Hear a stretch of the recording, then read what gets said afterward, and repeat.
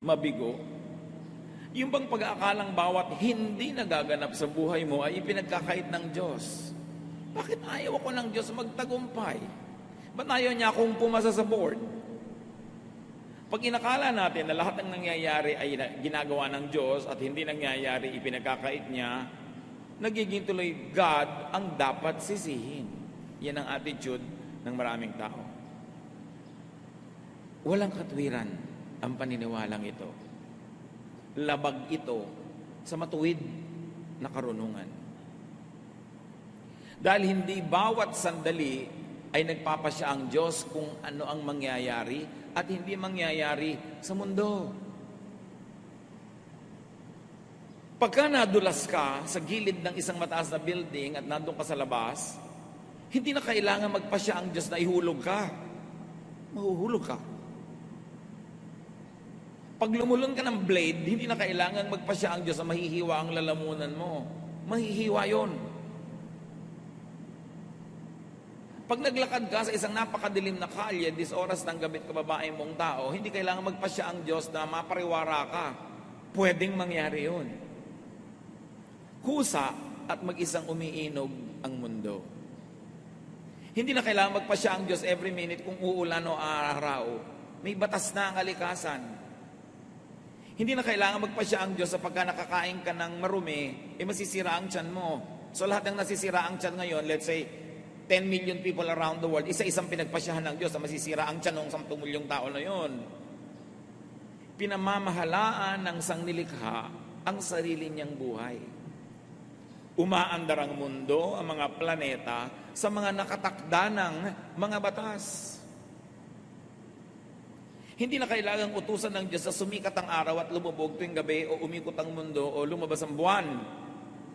Minsan lang niyang inutos yun, umaandar na yun ang automatic. Ayaw mong masunburn, maglakad ka sa gabi, huwag sa araw. Ayaw mong mabasa, huwag kang pumunta sa ulanan nang wala kang payong. Ayaw mong umulan sa kasalan mo, huwag kang magplano ng tagulan. Tapos dasal ka ng dasal sa Diyos na huwag umulan. Matagal na niyang inuto sa paghunyo, maraming ulan. Huwag ka dun magtapat ng kasal. O ang gawin mong trahe de boda, kapote. Nagsasariling umiiral ang mga batas kalikasan at batas espiritual. Ang kailangan, malaman mo kung paano yun umiiral. Ang tinikling, ang singkil, para hindi ka maipit ng kawayan, alam mo ang bilang. Sa tinikling, open, open, close. Open, open, close. Pag mali ang hakbang mo, maiipit ka. Kaya sinasayaw natin yan bilang redemptive dance. Ang itinuturo, sumunod ka sa nakatakdang batas, hindi ka maipit. Ganon din ang buhay. Mali ang timing ng pasok mo, mamamaga talaga ang mga bukong-bukong mo kaiipit. Pero yung tama ang pasok, hindi siya maiipit. Minsan lang, sa panahon ng paglikha, nang ipinwesto at pairalin panghabang panahon ang mga batas na ito ng buhay. Hindi na yan iniiba-iba pa. Kasama dyan, ang paraan kung paano ang isang sinuko ba iinog, mapapanatili, magtutuwid, magkukumpuni at magpapagaling sa sarili. So matagal lang inutos na pagka inubos mo ang mga ahas, dadami ang palaka. So may balance dapat ang nature. Iniutos na sa kalikasan na pag inubos ang puno, walang ugat na hahawak sa mga lupa, guguho ito pag umulan. So, nakatira ka sa gilid ng bundok na kalbo, huwag kang magdasal na, huwag kang matabunan ng landslide. Either mag-reforest ka, o huwag ka dun tumira. Dasal ka ng dasal, pastor ka pa naman, tapos natabunan ka, tapos mo, Diyos ko, bakit po yung pastor natabunan? Nakatakda na, naguguho yung lupa pag nalusaw sa ulan. Bilang isang pastor o Kristiyano, ang number one mong duty, sundin ang batas ng kalikasan at huwag kang humingi ng exemption. Kaya iba nagdi-dissolution. Bakit po yung tiyo kong pastor magbimisyon, lumubog sa dagat? Tag-ulan, malakas ang alon, nung tumawid siya, malakas talaga ang chances na lumubog siya kahit pa siya ang pinakabanal na tao sa balat ng lupa. There are laws of physics, mathematics, chemistry, laws of energy, gravity, ecology, biology, astronomy, etc., etc., nakapwesto ang mga pamamaraan. Jeremias 33:25. Ngunit sinabi ko naman, itinakda ko ang araw at gabi at tiyak na kaayusan sa langit at lupa. Nakatakda.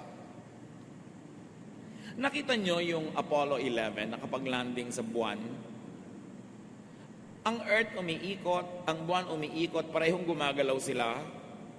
Umalis sa Earth yung sasakyan, naglanding sa buwan tamang-tama kasi may batas na kung ano ang speed ng lakad ng Earth, ang lakad ng Moon, at meron ding batas yung speed ng sasakyan nila, kailangan tama ang count para ka makaswak at makarating. Because creation is automatic. Hindi ka nag-aral, may board exam, dasal ka lang dasal na pumasa ka. Ang tawag doon, pag nangyari, himala. At alam nyo kung anong himala? When you think you're so special that you ask God to break His rules and to break natural law to exempt you from the natural consequence of your deeds. Hindi ka matutulong magdamag, tapasok ka sa trabaho, Diyos ko, palakasin mo po ang aking isip, huwag po akong antukin. Humihingi ka ng himala. Ang himala, paminsan-minsan lang hinihingi dapat. Because you ask God to suspend the laws of nature just for you. Genesis 1:11. Pagkatapos sinabi ng Diyos, magkakaroon sa lupa ng lahat ng uri ng tumutubong halamang nagkakabinhi at mga punong namumunga.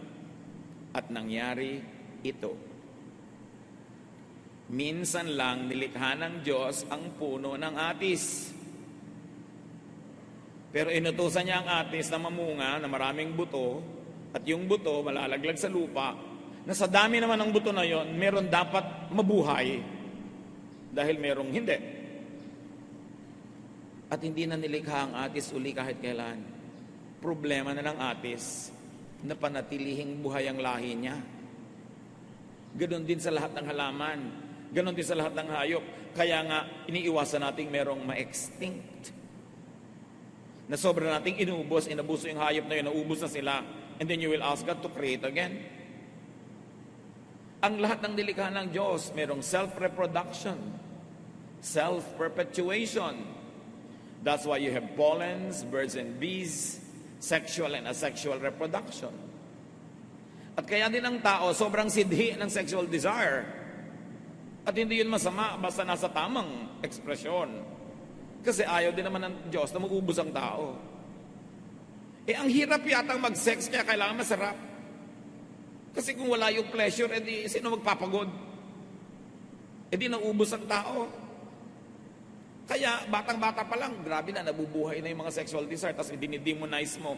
Utos yun ng Diyos. Nakatakda. Kasi every species will have to reproduce itself. Nakikita yung mga dahon ng nara, may pakpak para lumipad, para malayo ang marating, kumalat ang lahi nila dahil hindi naman naglalakad ang puno para lumipat.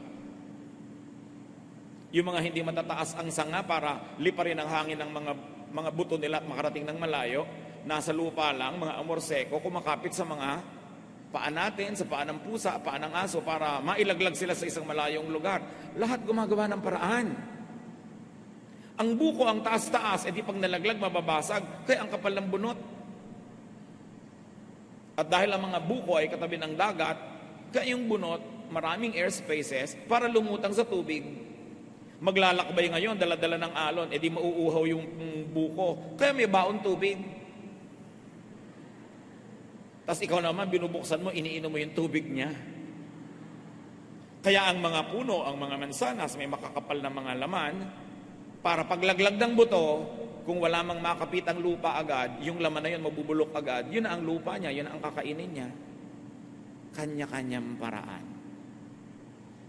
Yung mga buto na hindi makarating sa malayo, tinutukan ng ibon, kakainin ng ibon yung laman, hindi naman niya kayang tunawin yung buong shell ng balat na yon. Pag ipot niya, malalaglag na yung buto sa malayo at may kasama pang fertilizer agad. Para-paraan yan. Ngayon, kung hindi ka gagawa ng paraan, ang hinahina ng loob mo, lalampalampa ka, malilipol ka, sorry. Huwag kang magdasal na buhayin ka ng Diyos. Dapat buhayin mo ang sarili mo. Inilagay na ng Diyos yung kakayahan para ka mabuhay. Tingnan nyo yung mga hanap buhay, walang hanap buhay, paano nabubuhay? Nagiging linta. Sinisip-sip ang dugo ng ate, dugo ng kuya, dugo ng asawang may trabaho. Pero hindi naman yata magandang maging linta kung tao ka. Kanya-kanya. Mangangaral, isapito. Lahat ng tubig ay umuwi sa dagat, ngunit hindi ito napupuno. Ang tubig ay bumabalik sa batis na pinagmulan upang muling umagos patungong karagatan. Since creation, since Adam and Eve, not one drop of water has entered the planet or not one drop has left. It just keeps recycling. Ang ininom niyong tubig kaninang umaga, maaaring ihi ni Cleopatra. Pero na-recycle. Ang ipinampaligo niyo, maaaring sabaw ng buko nung araw. Paikot-ikot lang naman ang tubig. Ang kamangha-mangha kay Solomon, alam niya ang water cycle. Alam niyang yung tubig na pumupunta sa dagat, nag-evaporate, umuulan, bumabalik doon sa mga bundok, nagiging batis muli, babalik na naman sa dagat, pabalik-balik lang.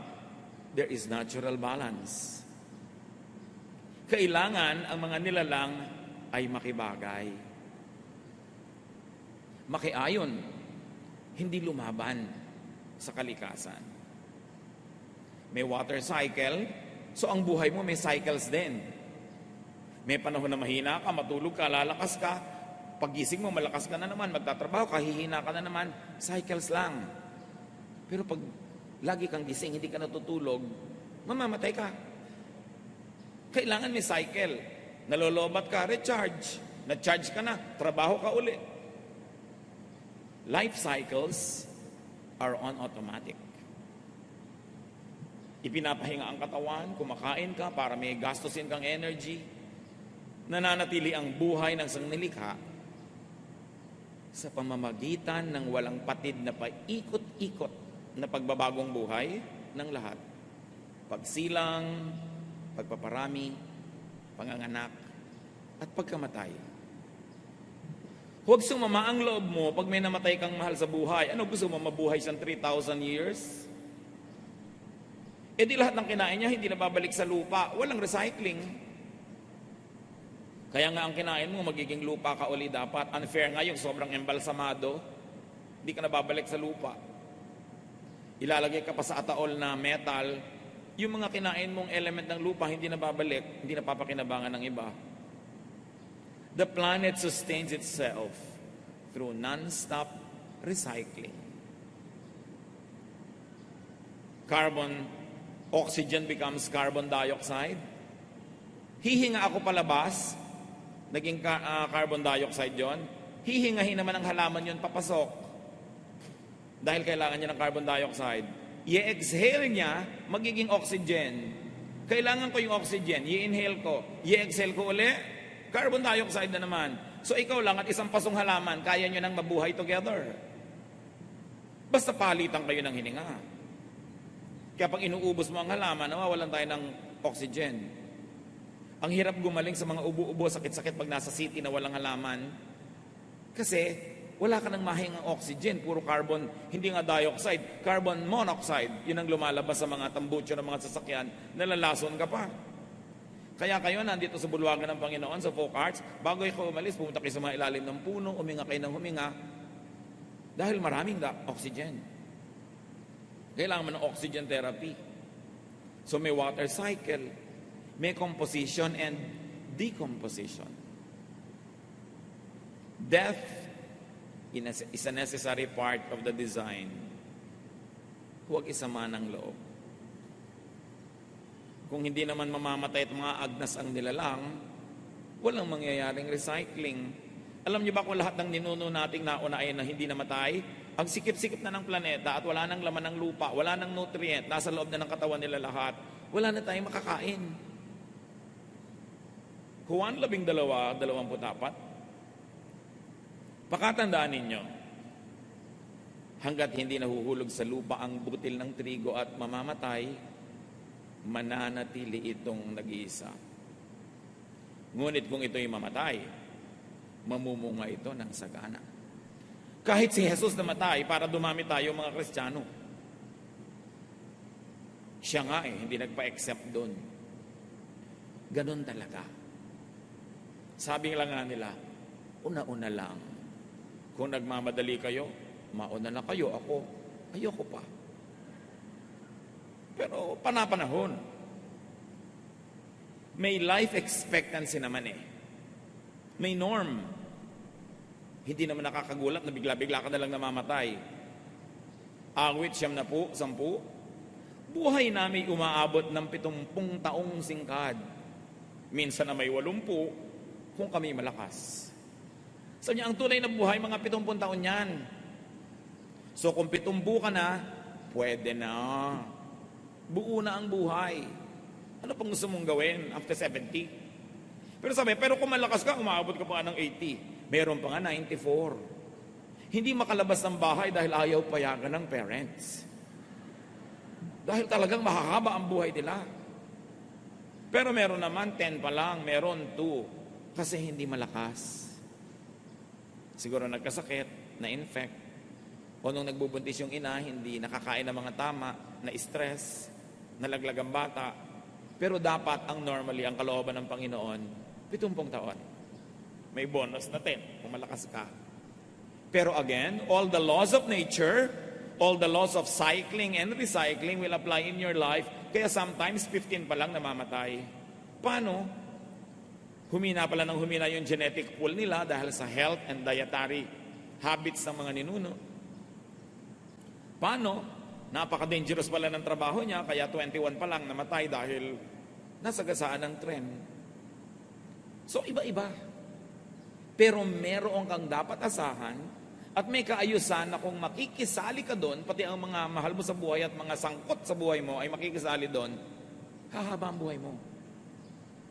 Ito naman ay kung susunod ka sa alituntunin ng buhay. Para ka mabuhay normally, sundin ang batas. Gabi na, kaya mo naman, wala kang trabaho o tungkulin, matulog. Sinabi ng kaha ng sigarilyo, cigarette smoking is dangerous to your health. Don't smoke. Yun ang nagtitinda ang nagsabing delikado yung tinda niya. Tikas-tikas pa rin ulo mo. Sinabi na huwag kumain ng mga pagkain na may food color, additives, carcinogens, sige ka pa rin. Diabetic ka na nga, hindi mo pa mapigil ang kakakain mo na matamis. Mamaalam ka na sa buhay. Kasi actually, yun ang ginagawa mo. So alamin ang patakaran ng buhay. Rules of physics, of gravity, of chemistry. Physical laws pa lang yan. Meron pang spiritual laws. At hindi natin topic ngayon yung spiritual laws. Pero ang mahalaga lang mga kapatid, don't get in the way of nature. Nature says, pag hindi ka nag-aral, wala kang isasagot sa exam, huwag kang magtampo sa Diyos kung bumagsak ka. Nature says, na kahit nag-aral ka, hindi naman lahat ng itinanong mo, yun ang isasagot. Hindi lahat ng inaral mo, yun ang itatanong. So, tsambahan. Huwag ka rin magtampo. Huwag kang bumalandra sa kidlat, sa buhawi, o sa rumaragas ang agos. Talo ka. Matuto kang kumanlong pag malakas ang kalaban. Huwag kang magpakalat-kalat sa deadly bacterial or viral infection. Huwag kang makipaglaro sa mga intestinal worms and diseases. Kain ka ng street food na hindi ka tiyak kung ligtas. Kaka-hepatitis ka. Kain ka ng isaw. Nakakain mo yung mga hilaw na mga itlog na mga bulate. So, pag nagkabulate ka, huwag kang magdamdam. Huwag kang bumalanda sa gutom na buhaya o leon o pating. Ano mangyayari sa'yo pag hindi mo iginalag yung mga yan? Magiging host ka sa kanilang life cycles. Hihititin nilang yung lakas. You would be reduced to being a snack of some crocodile kasi gusto at kailangan din nilang mabuhay. Walang personalan. Gutom ang buhaya, pakalat-kalat ka, naging merienda ka. Walang personalan. Walang magagalit sa Creator. Nakatakda lahat yon. Ang sawa, alam nyo ba na ang ngipin ng sawa, ang direksyon ng ngipin ng sawa, papasok. Papasok sa lalamunan niya, hindi palabas. Kasi habang nilululon ka niya, at pumilit mong lumabas, doon ka lang matutusok. So para huwag kang masaktan lumabas, susuot ka na lang, susuot sa loob, hanggang madigest ka na niya. Pati ang ngipin niya, nakapwesto para siya manalo. So huwag kang kumalat doon. Nag-aalaga ka ng sawa sa bahay, katulad na papanood mo kuminsan sa TV. Tapos magtataka ka kamisan yung anak mo na wala. Tapos pagdating mo yung sawa nagtututpik. Tapos magagalit ka sa Diyos, wala ka sa lugar. Ano mang nagaganap ayon sa batas ng kalikasan ay maituturing din kalooban ng Diyos. Kahit hindi nakabuti sa iyo. Kasi nakabuti naman sila yun. Nagka-dengue ka, nakabuti sa lamok. Dahil yun ang gusto niya, ilagay sa iyo yung dengue niya. Alam nyo ba na yung mga bulutong, kung kailan gumagaling yan at saka yan nakakahawa, para malinlang tayo na lumapit sa may bulutong, tapos lilipat sa iyo. Kasi gumagaling na siya, buhay pa yung mga bulutong na yan, sa siya lilipat, tapos na yung cycle niya doon sa tao na yon, hahanap siya na ibang lilipatan. Ikaw, pakalat-kalat ka kasi. So, God's will po ba? Ang nakain ng buhaya, yung godly missionary? I can say yes. Law of nature. He got in the way of the crocodile. He was on a river, talo siya doon. Siguro kung sa basketball court, may laban siya. Pero nasa tubig. And then there was nobody who was stronger than the crocodile to rescue him at that moment. Time and chance, nakain siya. God's will po ba na nakain ng buhaya kahit godly siya? Specifically, intentionally, personally, na sinabi ng Diyos, itong godly missionary na ito, itatakda kong maging almusal siya ng buhaya dun sa Palawan, sa ganong araw. Papupuntahin ko siya dun. I don't think so. But time and chance happens to all. Pinlano ba ng Diyos na ilagay ka dun para makain ka? No. Pero nagkalakip-lakip ang lahat ng law of nature, will mo, events around you, nalagay ka sa lugar na yon, cruise ang landas yun ng buhayang ito, natalo ka. So, masasabing God's will because it is permitted by all the laws created by God long ago, even before you were born. When someone drowns, God's will po ba? Katulad nun, may isang batang-bata nalunod sa swimming pool during PE class. Can you imagine that? PE class, may teacher, may mga classmates, sa swimming pool ng school, nalunod pa si bata. So ang tanong ng magulang, God's will po ba yun? Well, ang tubig nakakalunod. So nalunod yung bata. In that way, it's God's will kasi nakakalunod ang tubig. Pero kung yung bata ay nasa gitna ng lifeguard, hindi siya malulunod. Kaya lang yung lifeguard hindi nakatingin. Ang mga classmates hindi siya napansin. Naglakip-lakip, plus in-enroll mo siya dyan sa school na may swimming pool. Di ba? Kung in-enroll mo yan sa school na walang swimming pool, hindi siguro siya malulunod doon. Kung ang PE lang Chinese cake o sungka, hindi siya malulunod. So lahat yan nagdugtong-dugtong. So huwag mo sisihin ng Diyos. Ang daming nagsang-ayunan na laws of nature, human will, circumstance, para yan maganap. But it is not God's active will. If active will means pinlano ng Diyos na lunurin ang anak mo sa swimming pool, hindi niya gagawin yun. Kaya lang, hindi naghimala ang Diyos. Kasi may law of nature. Mabigat yung bata. Yung buoyancy niya, hindi na kaya ng tubig. Lumubog siya, walang naging himala. Nature took its course. And 99.99% of the time, nature takes its course. Walang himala. At hindi kasalanan ng Diyos na hindi siya maghimala. Kataka-taka nga pag naghihimala siya. Why God will break His own laws. It is simply God's passive and permissive will. The laws of His creation allows it to happen. Will po ba ng Diyos ang mapangasawa ko, drug addict? Nanliligaw pa lang sa'yo, adik-adik na.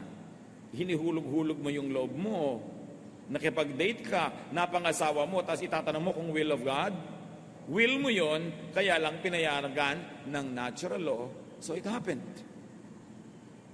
Indirectly, it is the will of God. But directly, no. God did not decide na ang mapapangasawa mo yung adik na yun. Ang laki-laki ng factor mo. Ang nagaganap ay bunga ng masalimot na talastasan ng mga batas kalikasan, sariling gawa ng tao, mga likas na kaganapan, at pag-iral ng mga batas espiritual. Nagsasama-sama yon para ang isang bagay ay maganap.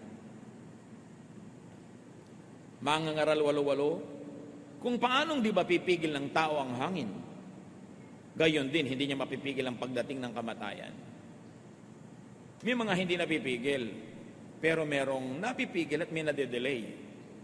Pero kamatayan, usually nade-delay mo yan.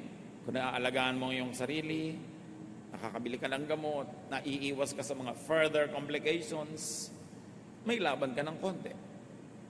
Pero kahit nga mga pharaoh sa Egypt, mga emperor sa Roma, mga presidente ng mga bansa, namamatay eh. Hindi talaga siya naiiwasan, so tanggapin. Huwag magtampo. Bakit po kaya lagi nalang kong bigo sa pag-ibig? Bakit ako ginaganito ng Diyos? Pero pag sinuri niya ang kanyang sarili, lagi naman pala siyang naa-attract sa butangero.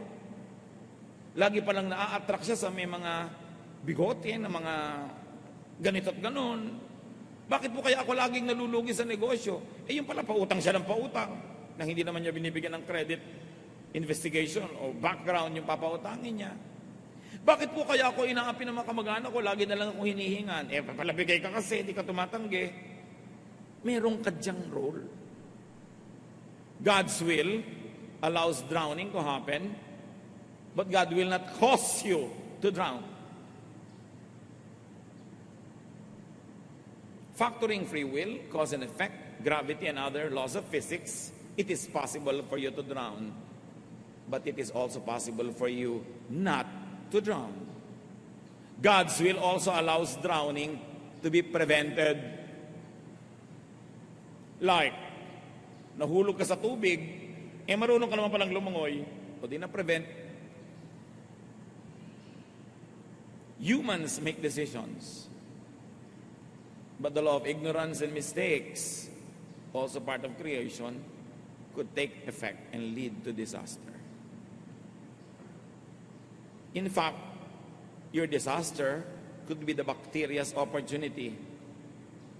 Your death could be the lion's meal. Depende lang kung sinong tumitingin. Mangangaral, 6:12. Sino ang nakaalam kung ano ang mabuti sa taong nabubuhay sa maikling panahon at pagkatapos ay mawawalang tulad ng anino? Oo nga naman. Maraming unknown. Kaya ang tao dapat hanggat maaari, damihan niya yung alam para maiwasan niya ang mas maraming pagkakamali. Tapos meron pang law of chance. Mag-chamba-chamba. Mga Kristiyano, takot na takot sa word. Chamba, swerte, luck, ayaw pa ng potluck, gusto, pot bless. Mangangaral, 11 hanggang 12. Ito pa ang isang bagay na napansin ko sa mundong ito. Ang mabilis ay di siyang laging nananalo sa takbuhan. Ni ang malakas ay laging nagwawagi sa digmaan. Ang matatalino ay di laging nakakasumpong ng kanyang mga kailangan. At di lahat ng marunong ay yumayaman. Napapansin ko rin na di lahat ng may kakayanan ay nagtatagumpay. Lahat ay dinarat na ng malas. Hindi alam ng tao kung kailan ang kanyang takdang oras. Siya ay tulad ng isang nasusukloban ng lambat. Siya'y tulad ng isang isdang nasusukloban ng lambat at ibong nahuhuli sa bitag. Ang tao ay parang nahuhulog sa patibong sa biglang pagdating ng masamang pagkakataon. Sa niya, hindi lahat may reason, hindi lahat logical. Sabi niya, sa hinabahaba ng buhay ko at sa tinatalino kong ito, sabi ni Solomon, napansin ko na yan. Hindi lahat ng mabilis tumakbo mananalo sa karera. Hindi lahat ng marunong magkakapera. Hindi lahat ng first honor ng buong elementary niya magtatagumpay sa karir. So, alam nyo, tsamba-tsamba rin eh. Malas-malas, swerte-swerte. Huwag na kayo makipagtalo sa malas at swerte. Nasa Ecclesiastes talaga. Pero konti lang yon. Yung iba, kaya nalulugi sa negosyo kasi hindi niya binabantayan. Mamumuhunan, magtatayo ng negosyo, tapos laging wala, iiwan sa mga katulong. May dahilan kaya nalulugi. Meron naman, ginawa na ang lahat. Hindi pa rin sinuwerte. Yun yan, i-apply nyo na ngayon yung Ecclesiastes. May paglalagyan. Sabi, kanya talaga eh. Kakachamba-chamba, nagkakatyap-tyap. Pero wala namang taong buong buhay niya, malas siya.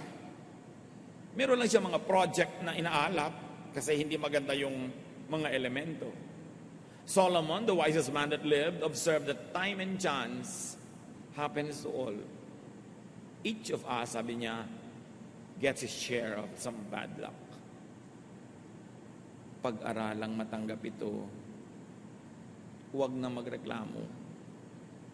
Nakatakda ang batas ng buhay. Kahit makipagtunggali ka sa kidlat, di ka mananalo. Lalo naman kung nakikipagtalo ka pa sa Diyos, makisakay ka na lang, makiayon, at makinabang kung alam mong laruin ang mga batas ng buhay. Alam mo magbilang, magtinikling ka, di ka maiipit.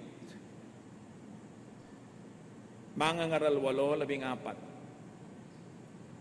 Narito pa ang isang bagay sa ibabaw ng lupa na walang kabuluhan o parang walang logic. Ang kaparusahan para sa nang sama-sama ay sa mabuti nangyayari. At ang dapat namang mangyari sa mabuti ay sa masama nangyayari. Sa palagay ko, ito man ay walang kabuluhan. Sabi niya, walang sense, walang logic. But it is only a humble observation of a human being who lives only 70 or 80 years, who doesn't have the wisdom of the ages that God has. So sa hindi mo maunawa, hindi mo mabigyan ng katwiran o logic, magtiwala ka na lang sa Diyos na kahit di mo nauunawa, kahit di ka sangayon, tama siya. Pwede kang hindi sangayon, pwede makipagtalo, kaya lang mananalo ka ba? So wag na lang. Madalas kuminsan sa tingin natin parang mali ang mga nagaganap. Pero anong mapapala mo magreklamo? Magiging bitter ka lang. Makakainisan ka lang ng mga tao na sawang-sawa na sa karereklamo mo. Lalayuan ka lang lalo ng tinatawag na swerte.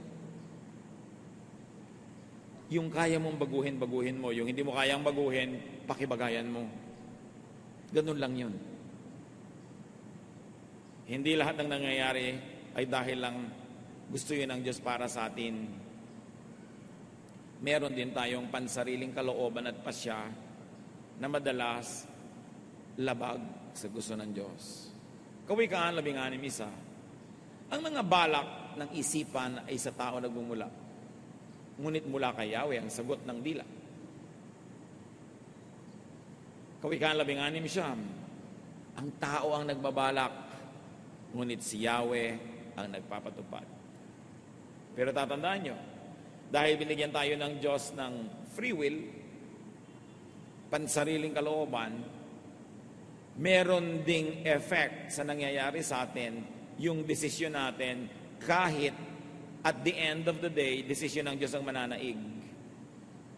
Kung gusto ng Diyos na makarating ka halimbawa sa Laguna after 1 hour of travel, pero doon ka nagpunta sa Tarlac, dahil ang kalooban ng Diyos ay sa Laguna ka pupunta, malilipat at malilipat ka ng landas, magiging patungo kang Laguna.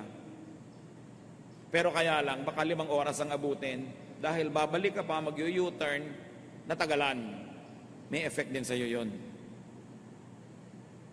Kaya ang mahalaga, sa simula pa lang sumusunod ka sa kalooban ng Diyos, para walang sayang na pagbalik doon sa tama, dahil pumunta ka muna sa mali. Sayang oras. Parang lumiko ka sa isang maling kalsada, ang tagal-tagal na, tsaka mo na-realize mali ka, babalik ka, makakarating ka rin naman sa pupuntahan mo, kaya lang na-delay ka na. O naubusan ka na ng gasolina, hanggang doon ka na lang. Hindi ito ibig sabihin personal ang pagpapasya ng Diyos sa bawat nangyayari sa buhay natin. Ang tinatawag nating pagpayag ay ayon sa nakatakdang batas na kanina pa natin pinag-uusapan. Hindi kailangang magpasya ang Diyos, halimbawa, na malaglag ka dyan sa sahig, kung ang inupuan mong silya ay marupok at mas mabigat ka kaysa sa kaya niya. Hindi na kailangan sabihin ng Diyos, papuhulugin ko siya, natural na mahuhulog ka. So tinitingnan mo, ito bang inuupan ko, kaya ang bigat ko? Rules automatically apply. When set rules are broken or suspended by God to effect an exemption, to accommodate a selfish prayer, to yield to someone's vanity, you have a miracle. May himala. But selfishness and vanity dito, ang ibig natin sabihin is my personal wish and momentary pleasure is more important than universal law, order, and balance. Lord, gusto ko sana na mangyari ito, pero hindi yun talaga ang nakatakda kung tutuusin all the rules of the game. Selfish. You ask God to suspend the laws of nature to accommodate your vanity. May kani-kanya rin kalooban ng ating kapwa-tao.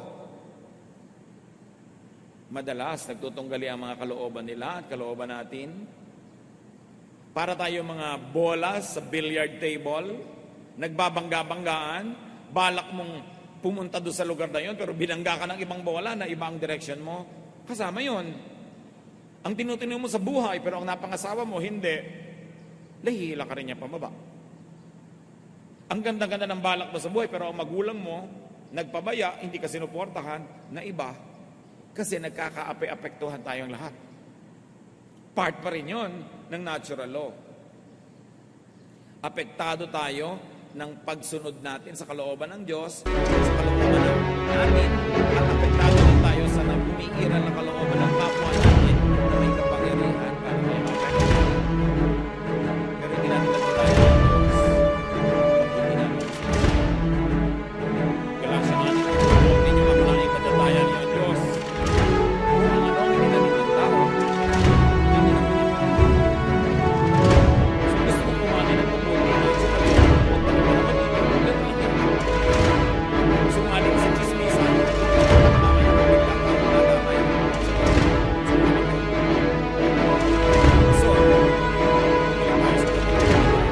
God's will manage the way.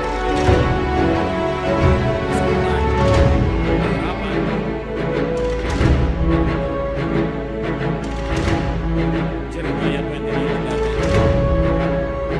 For I know the plans I have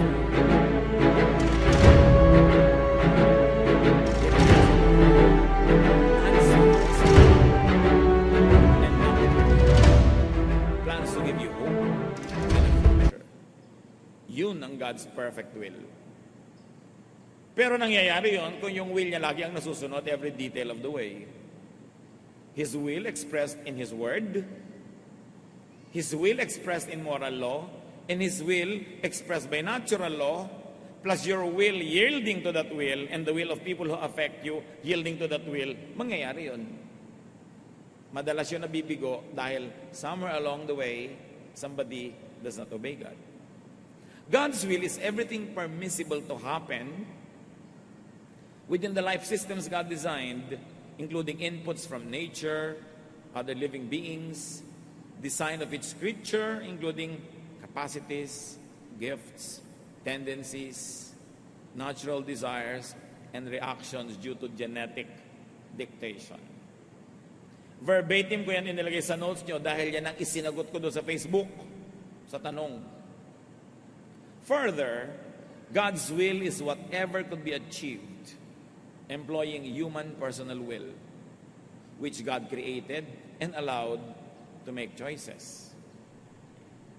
Reviewin nyo na lang mamaya kung nosebleed. Diba? God's will is anything that could result from the interactions of all these elements of life. The possibilities of God's will are nearly infinite as God Himself. While it is possible for the divine to make specific calls to some specific creatures for some specific purpose at specific time frames, that kind of imposed God's will is not typical and definitely not the rule for all. Except for the above, there could be not one specific destiny for anyone. Like one specific pre-chosen life partner that you have to meet serendipitously, that one suffering or happiness is God's specific will for a person. That would make us just glorified robots. We act and react to and with the rest of creation. So malawak, maraming posible. Everything in creation also acts, reacts, and interacts with everything else. Any and every fruit of such life exchanges, their combinations, sums, derivatives, compounds, mixing, remixing, etc., are all God's will. So, God's will po kaya sa akin ni Lord, itong nakakurbata kong office mate, possible, pero hindi ka naman ipinanganak para siya lang ang maging partner mo. Hindi ka ipinanganak para hanapin yung specific choice of God for you sa 7 bilyong tao sa planeta. God's general will for you is that you will be happy, productive, peaceful. So, sino ang God's will na partner mo? Not one specific name or face, but the person who will allow you and help you accomplish God's will in your life. So, walang naka-assign. Yung pag God's will po ba sa akin na mag-engineering? Alam nga namang nung nalilika ka pa lang sa sinapupunan ng nanay mo, inassign ka na ng Diyos sa maging engineer. Pero binigyan ka niya ng mga gifts na, let's say, ang galing mo sa math, so pwede kang engineer, pero pwede ka rin negosyante, pwede kang ganito, pwede kang ganon. Walang specific assignments. Dahil magiging robot lang tayong lahat. At ang kitid-kitid ng lalakaran mo, ang sikip-sikip ng mundo mo, dahil may specific will for you. There is a general will. How you make it specific depends on your performance. So another source of frustration, mislabeling. Maling pagtawag sa lahat ng kabiguan bilang pagsubok ng Diyos. Bihira lang ang sinusubukan ng Diyos tulad ni Job. Hindi lahat sinusubok. Santiago 1:13-14. Huwag sabihin ng inuman na tinutokso siya ng Diyos kapag siya'y dumaranas ng pagsubok. Sapagat ang Diyos ay hindi maaaring matukso at hindi rin naman niya tinutokso ang kahit sino. Natutokso ang tao kapag siya'y naaakit at nagpapatangay sa kanyang sariling nasa. So, merong self-will. Kadalasan ang kabiguan, hirap, sakit ay bunga lang ng paglalakip-lakip ng mga batas ng kalikasan, kalooban, palad, tsamba, tiyan, sabi ni Solomon, lahat yon nasa palayok. Hindi mo alam pagsandok mo kung alin ang sasama. So how to cope with life? How to harmonize and get the most out of God's will? Do your best. You want to minimize the possibility of a failure, do your best. Pray and hope for the best results. Accept the result. Keep trying if not satisfied. Or learn to be contented and happy. These are the choices. Unang Timoteo 6:6-7. Kung sa bagay, malaki nga ang napapakinabang sa relihiyon kung ang tao ay marunong masyahan. Wala tayong dalang anuman sa sanlibutan at wala rin tayong madadalang anuman pag alis dito. So sino man ay walang karapatang sumama ang loob sa Diyos dahil wala ka namang dala. Lahat ng ating tinatangkilik, bigay lang. Kung yung specific gusto mo, hindi nabigay, hindi sinadya ng Diyos na hindi ibigay. Reviewin yung buong mensahe. Nandun ang isa sa mga dahilan kung ba't hindi nangyari ang gusto mo. Do not charge against God or religion the frustrations of daily life. Kaya naman kuminsan, sa Diyos nagtatampo o sa church nagtatampo ang mga nabibigo kasi mali din ang pangako ng iba. Sasabihin ng iba, ano pag lumapit ka sa Diyos, lahat ng gusto mo matutupad, tatahimik ang buhay mo, etc., etc., sasagana ka. Maling pangako yun. Marami tuloy na naiinis at nagtatampo. The inevitable result would only be frustration with God and disillusion with faith. That's unfair to God, to truth, and to ourselves. Magtatampo ka sa Diyos, it's unfair to you kasi ikaw ang loser. Religion is not a dispenser of cookies and candies. She is a teacher of obedience to divine laws. Nag-church ka, lumalapit ka sa Diyos, nagpa-Bible study ka, hindi para sa mga gantimpala na inaasahan mo at magtatampo ka pag hindi mo nakamit. Lumalapit ka sa Diyos para maturuan ka kung paano magiging masunurin, hindi para humingi ng humingi. Religion is not a dispenser of favors. True religion is a stern teacher of obedience to divine laws. Yun ang dapat hinahanap mo sa tunay na pananalig at pananampalataya. Paano ka magiging makadiyos? Hindi paano ka tatanggap nito at noon at magtatampo kang parang bata pag di mo natanggap. Do not, as some spoiled or selfish brat, or as a deserving recipient, approach the divine, but approach God as a humble, obedient, supplicant, and penitent. Feeling bad about God or getting angry at God would only worsen your situation. God's will for you is this. Jeremias 29:11. Sapagkat batid kong lubos ang mga plano ko para sa inyo. Mga planong hindi ninyo ikasasama, kundi para sa inyong ikabubuti.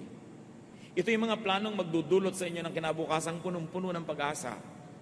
Kung maganap na ito, kayo'y tatawag, lalapit at dadalangin sa akin at diringgin ko naman kayo.